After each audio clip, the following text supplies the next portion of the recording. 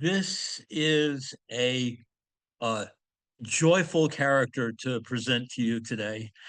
Um, Beatrix Milhazes creates mural-like abstract paintings through an innovative technique she calls monotransfer. She begins the process by painting her forms on clear plastic sheets. Once dry, she layers and adheres the painted film to the canvas and then peels away the plastic once the medium that she adheres the plastic with dries, revealing the form reversed. The result is a vibrant and dynamic composition, balancing abstract forms, organic patterns, geometric structures on densely textured and intricate surfaces. She draws inspiration from Brazilian and European artists. Matisse, Hilma F. Klint, Pet Mondrian. It references to folklore motif, uh, pop culture, decorative art, nature, spirituality. This exhibit is they have at least six pieces, and they're getting more on loan. Um, I'm starting off this talk with a relatively new piece. This is from 2023 that we're looking at right now. Midnight Noon. Um, and I'll go in and zoom in on some of the pieces later, but the name of the show is Rigor and Beauty. And really, um, you can see how she develops the crispness of these images as time goes on. Um, she also works a lot with collage, um, has always done that, but basically she found limits to the collage technique, and really that's where she developed this monotransfer technique. Um, okay, okay. In 1989, she developed this technique using a dry monoprint process. That's what it's kind of called. Um, she uses solid color on the surface, um, and basically there's texture that's developed from the layering of these prints, the plastic pieces that she lays on there. Now, she actually has a crew of people that work with her at this point. I'm going to actually, let's see if I can pull up the zoom, because this one has a little bit more of the, oh, let's see, here we go. You can see some more of the texture that there's places where it kind of skips and there's these white lines and things like that. It's not perfect. And in fact, that adds to the handmade quality of the painting. On the one hand, she loves that texture. On the other hand, she does not want brushwork. It's not about um, uh, her gesture on these pieces. It's kind of like that step removed is something that intrigues her. It really is kind of like a printmaking process.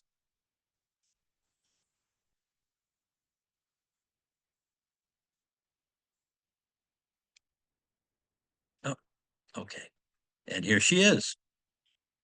While there's a playful, explosive exuberance to her work, Beatrix says her choices are deliberate. I'm very I'm a very rational person, she said. I developed a kind of system.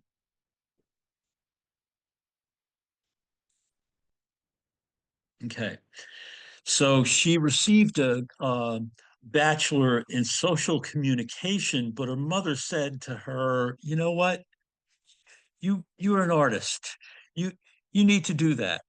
So she went back to school and in 1980 and studied until 83, and acted as a painting teacher and coordinator of educational projects until 1996. So she made her living from teaching. Um,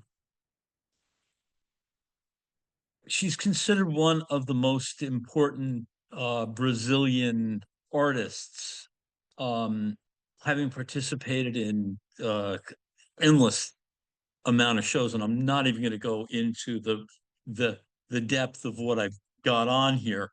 She is represented by Pace Gallery in New York and several other galleries around the world, Berlin and London, Sao Paulo. Um, this piece that you're seeing now is actually a fairly early piece. That's from 1988. She was still working with fabric collage and printmaking at the same time. Actually, it might be beneficial to zoom in on this one too, because you can actually get a little bit more.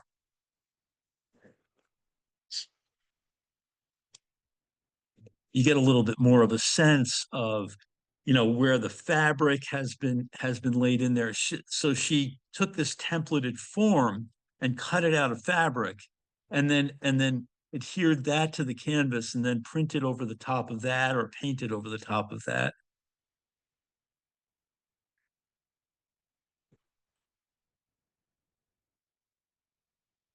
Very enigmatic humanoid sort of form. Uh, okay. Um, so one of the things that she started to get frustrated with using the fabric was that it was it limited her. Um, it didn't give her the freedom to create her own forms. Um, and so she began to experiment. This is actually the beginnings of this transfer technique that she's using. Those stripes in there that are kind of like partially holding onto the canvas and partially pulling off are actually early evidences of this technique. So when she's pulling off the plastic, some spots stay stuck and some spots pull off. In this case, she's developed it a lot further since this time. Okay.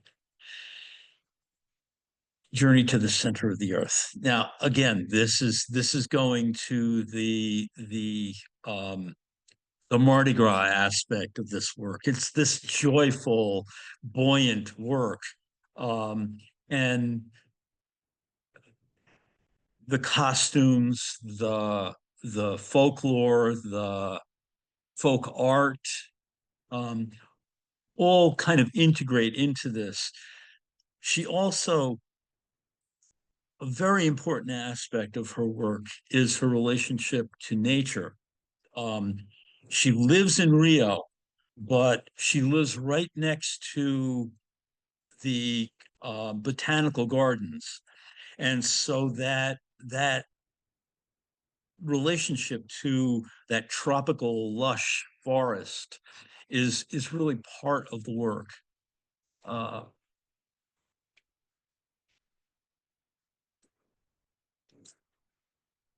and so the brilliant colors, mixed patterns, the landscape elements all are synthesized with this kind of modernist European approach to painting.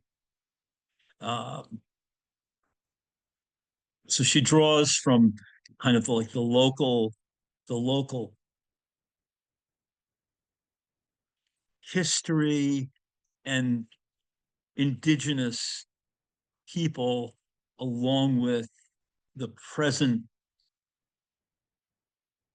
nature of the city.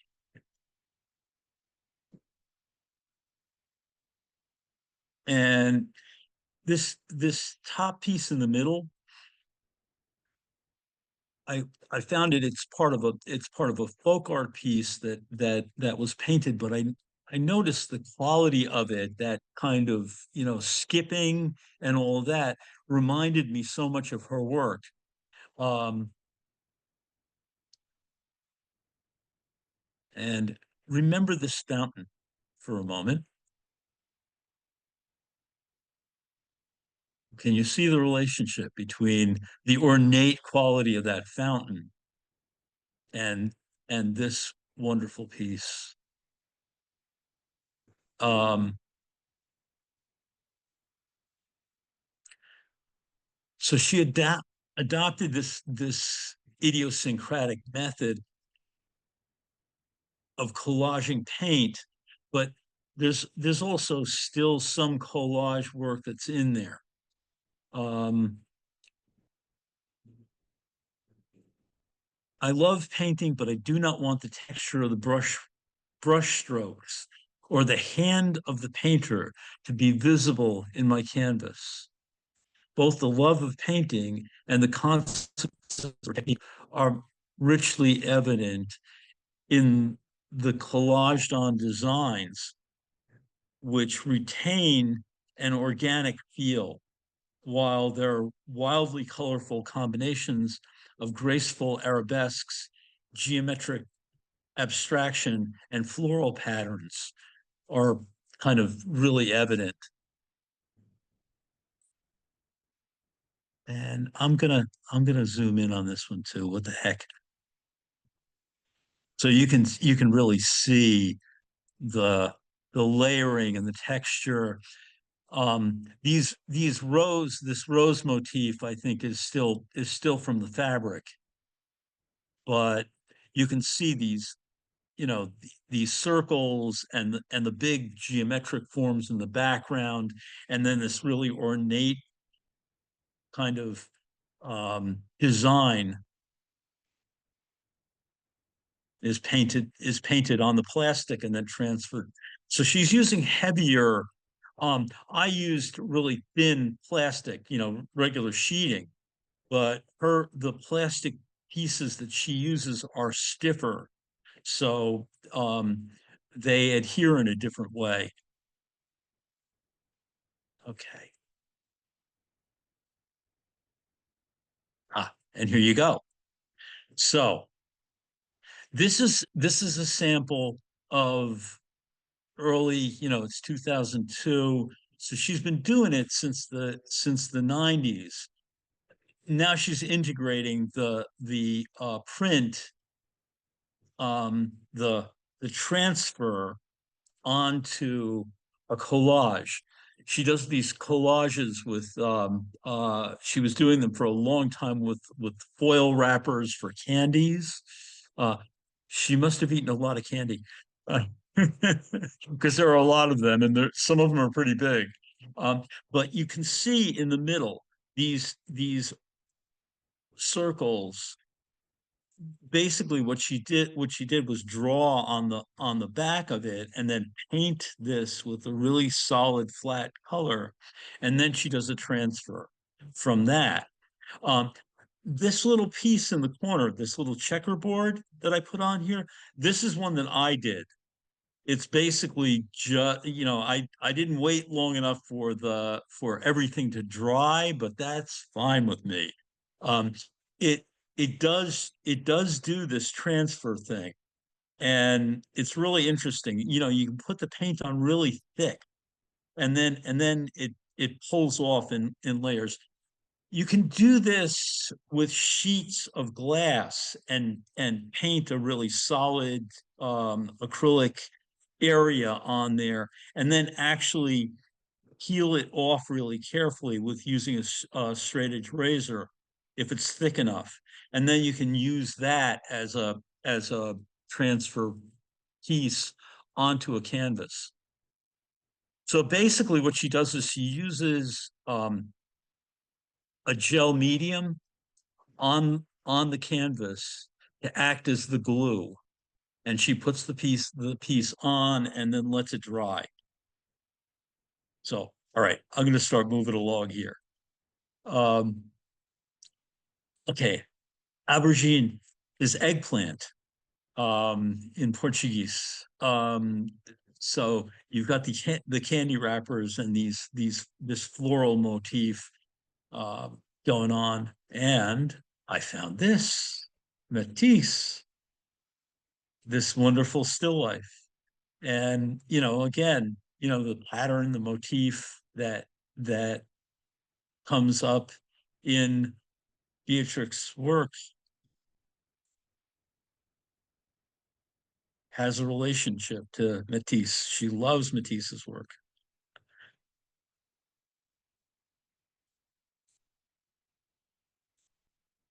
And again, um, it's a collage with transfer. And this is much more primitive. 2004. Uh, these are not as sophisticated as what she's gotten to, but you can kind of see the the places where some of the paint stayed stuck to the plastic when she pulled it off. They're really, she's integrating pop imagery in with this, in using these everyday um, packaging materials for her collage. And again, this is 2006. You can see that the technique that she's developed is getting a lot sharper, a lot more interesting. She does not do underdrawings for her pieces. So in fact, when she's painting on the plastic and she takes it and places it on the painting, or in this case the collage, she can move it around until she decides that this is the place that she wants this particular form to be, and then she'll adhere it.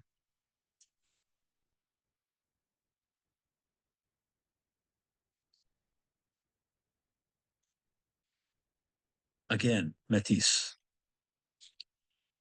And one of the things about the Matisse pieces, um, they're uh, they're painted with gouache, with opaque watercolor onto the surface of the paper before he cuts it out.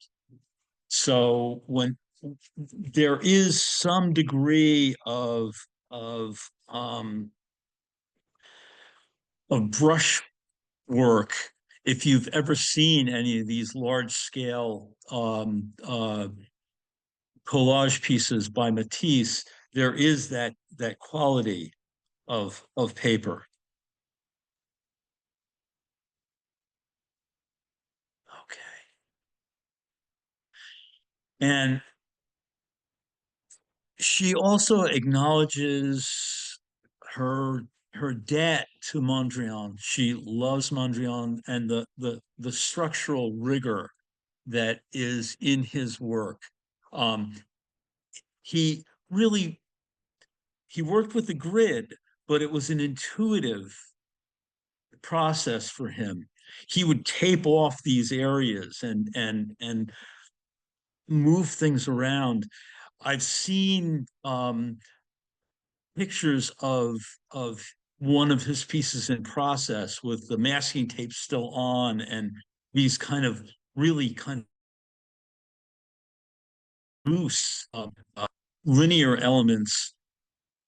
When he gives it to us, it's all cleaned up, it's all painted out. But the pieces that I've seen are kind of like abstract expressionist pieces. They're they're wobbly, and they he's searching at a certain point, and then he homes in and pulls up the piece. Um, Again, there's a difference between the circle and the rectangle and square that Mondrian used more often, where Beatrix is using the circle, the motifs from nature, um, but underneath it is this grid structure, and there's an effort to do a kind of asymmetrical um, balancing act in this work. There's a color kinship through her geometry. Um,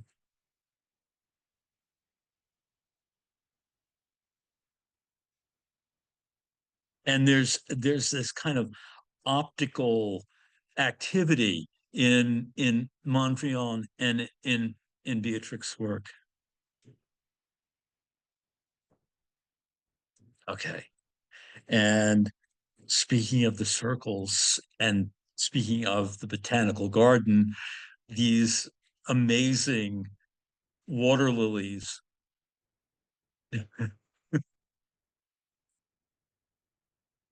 are things which she would see.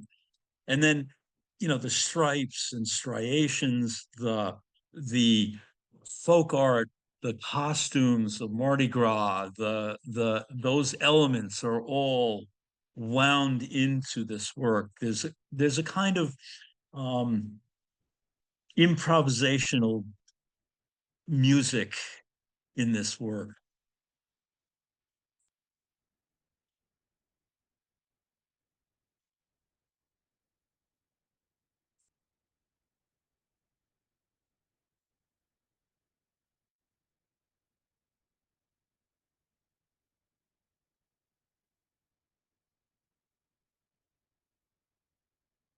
This buoyant, joyful color is just, it's it's a hallmark. Her work was much darker when she first started out. Remember back to that piece that I showed you that was after the fountain, um, much darker, um, and the work has gotten more and more celebratory as she's aged.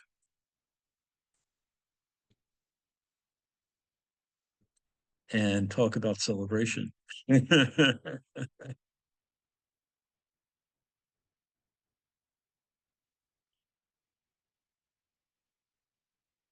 Matisse would have loved the botanical gardens too. Uh, okay, so here we're still with the collage. A lot of this. I will go into more of her paintings as we move a little bit further along, but um, there's also a large Japanese contingent. Now these are pretty large scale collages. This is 55. The one on the right is 55 by 39 inches, and the one on the left is 47 by 31. That's fairly decent sized. She gets monumental when it moves to the paintings. Um, and as I said, she's got a crew that she works with at this point.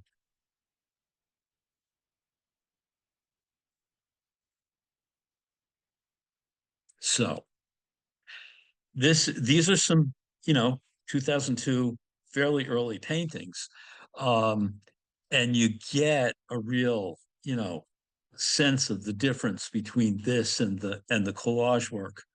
um if anybody has any questions, just pipe in, but I'm gonna zoom in on this one just because you can see the surface and the layering that's going on, the play of different textures and linear elements against flat areas. Um,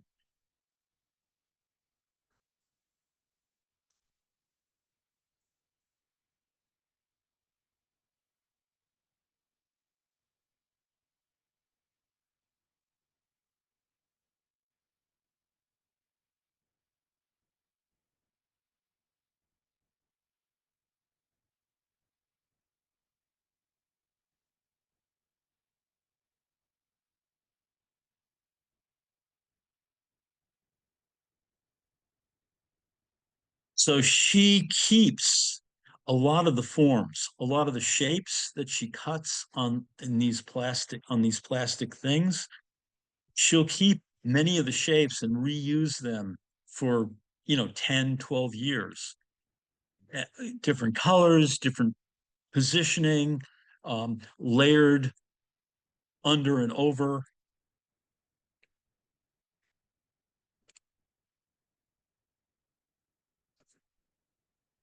And again, you see the botanical garden, you see the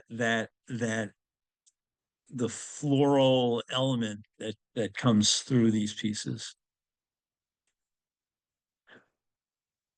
And as I said, there is a large contingent of Japanese living in Sao Paulo. There's a large community, and she definitely was affected by that and saw the screens and saw. I think many of the papers that she uses are Japanese pattern papers and things like that. Um, she also has done she's done public art pieces around the world.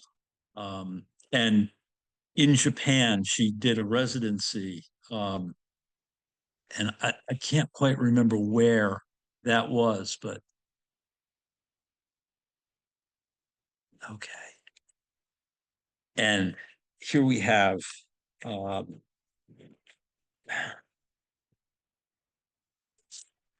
Hilma, um, who actually had a huge show at the Guggenheim about 3 or 4 years ago. Yeah, actually, it was pre-pandemic, so it had to have been more like 6 years ago at this point. Um, but the relationship between um, Hilma's work and and Beatrix, there's a spiritual kinship. Um, these spiraling forms and multidimensional kind of universes, the underlying symbols have a certain resonance between them. If you haven't seen Hilma's work, it's definitely worth looking it up. Um, and again, I'm gonna grab the zoom and zoom in on this for a minute, and you see these stripes. So um, she must have been using some degree of transparency in the paint that she was painting onto uh, the plastic to get that kind of vibe, that underlying pattern that's beneath those stripes. But I brought up the stripes for another reason, which is another artist who influenced her greatly. She saw Bridget Riley's work and really loved the optical. It's there's a optical game that goes on in the piece. That linear element is a resource of a kind of dazzling optical art. Uh, and those stripes, that linear element organizing the composition.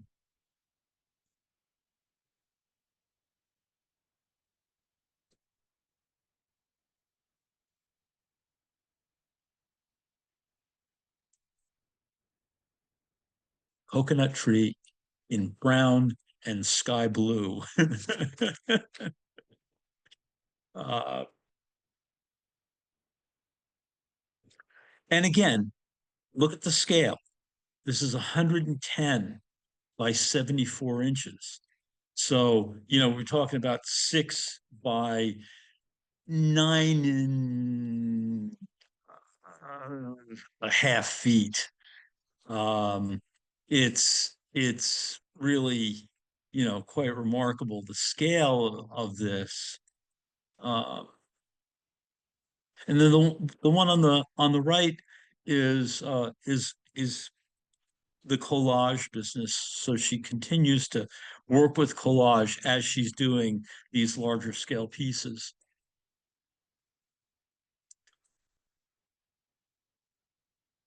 Fruits street vendor. I mean, I can see, the facial thing going on in there, you know, but there's this vitality to these pieces, this life on the street, uh, party in the forest.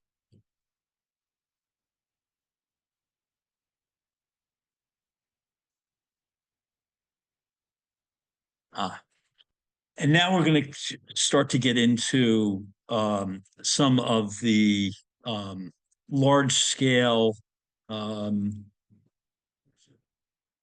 installation pieces that she's done.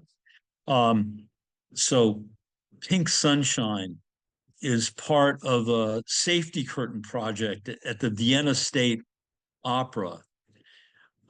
It turns the theater into a large exhibition space. They hire contemporary artists to um, redo the curtain every few years.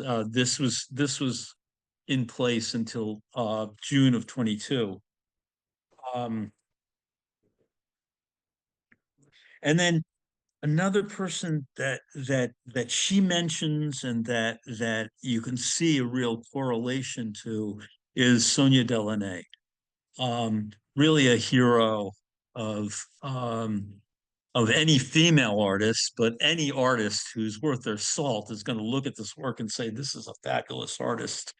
Um, it it really is, the relationship between what Beatrix has done on this large scale surface and this tapestry, which is actually in a show that happened last year at the Bard Center.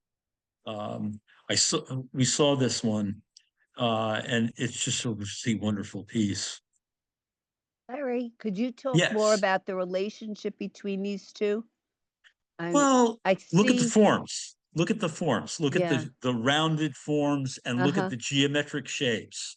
So and the the play colors. between, yes, the colors, the buoyance, that there's um Sonia Delaunay was actually close to Mondrian and his um took some cues from him and took it in her own color direction and applied that these notions to fashion design, to painting, to she did a car. Uh, a car? There's She yeah, a painted a car. car? She painted a car or had a car painted and designed it. Um, so that crossover um, in approach and in where you put art is something that they draw parallels. So let me Some move. Go well, ahead. somebody mentioned that Delaunay is in the Orphism show at the Yes, Guggenheim. she is. That's still up, and it's a wonderful show. So, if you haven't had a chance to go see it, I did do a talk on it, but it's definitely something to go see. And here we have art in the underground. So this is in London. This is Gloucester Road Tube. Um, and you see how fabulous this is. That these are vinyl um, kind of decals. It's something that they do now. These sheets of vinyl adhere directly to the wall.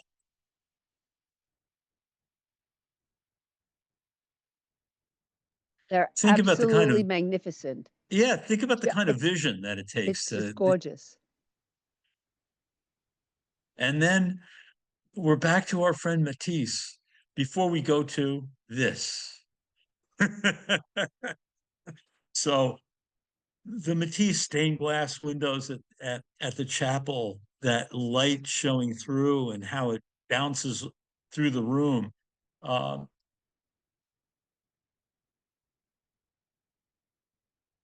and these new pieces by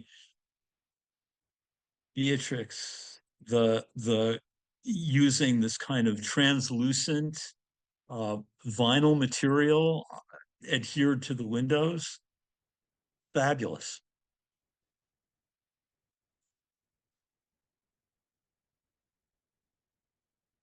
And again, she's got a crew executed by. There's a whole crew of people that come in and she'll design it, and they'll come in and actually execute the piece.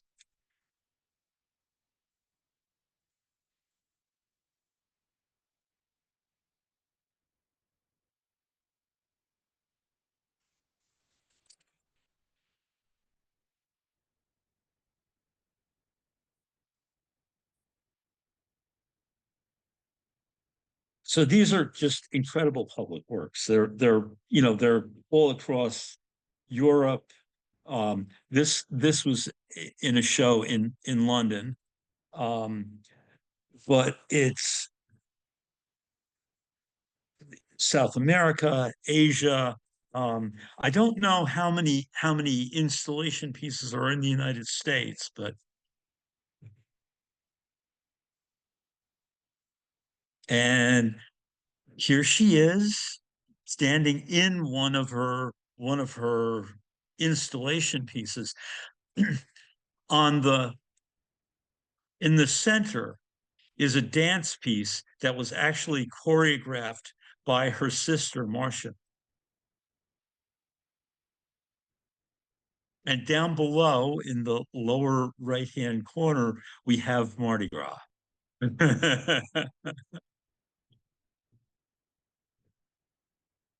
Okay, more fabulous, gigantic. You can see that person standing in front of the pile, the mosaic piece.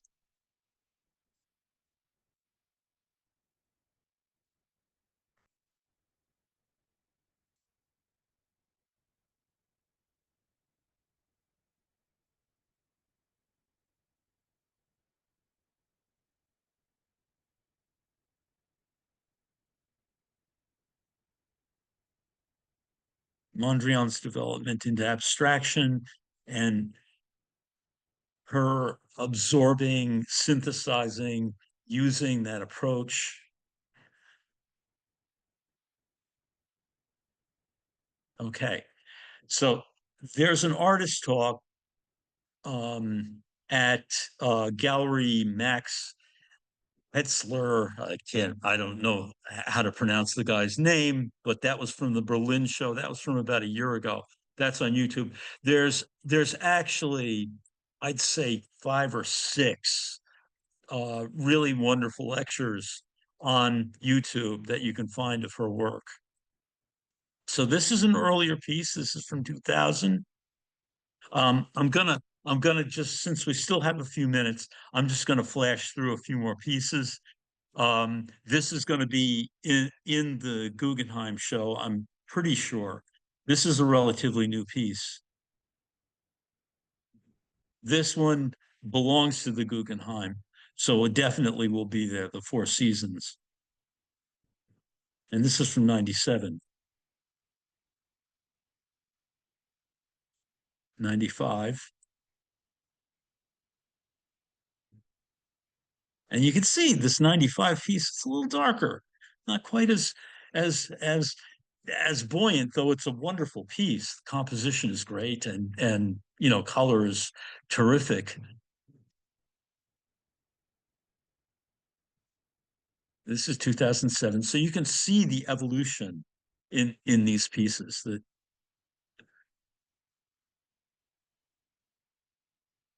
And that's it. So I hope you enjoyed this Oh and God, get over to the Guggenheim to see it. the pieces were gorgeous, just outstanding, outstanding. And So the show is that on in from the March. London Tube, that was just, I couldn't believe it. Aren't those amazing? Amazing. It's just March amazing. Thank 7th you. through September 7th. So, we've got plenty of time to get to see it, and it's And well don't worth a forget, visit. I believe we have passes for it at the library, Yes, we museum do. passes. Yep. So don't forget, we have a lot of museum passes at the Chappaqua Library where you just have to reserve the passes. And we just got a new pass called the Empire Pass, which allows you into state parks. Again, you have to get it through our library website. So, and they're wonderful. So, that's it. All right, Larry, Okay. thank you. And thank you for this All right. absolutely a wonderful treat. Are we Okay. still going through more of them? Oh, there's I'm just rolling around while we're sitting here. Why not? Oh, they're gorgeous. I can even go in and zoom in on this one so we can see it a little bit bigger. Oh,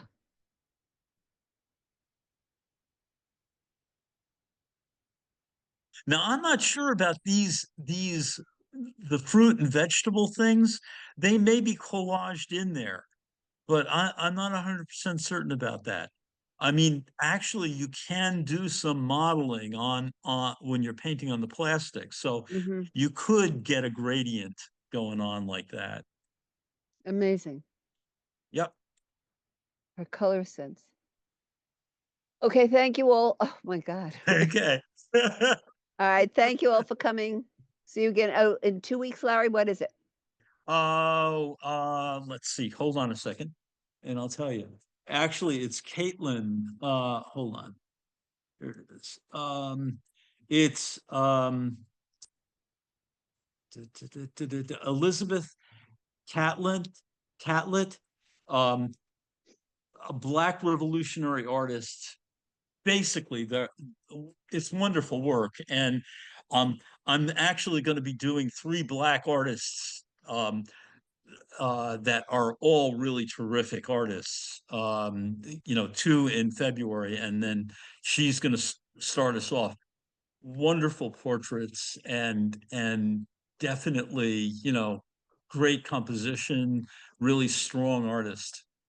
Um, not somebody that a lot of people know. Well, that's why we're here.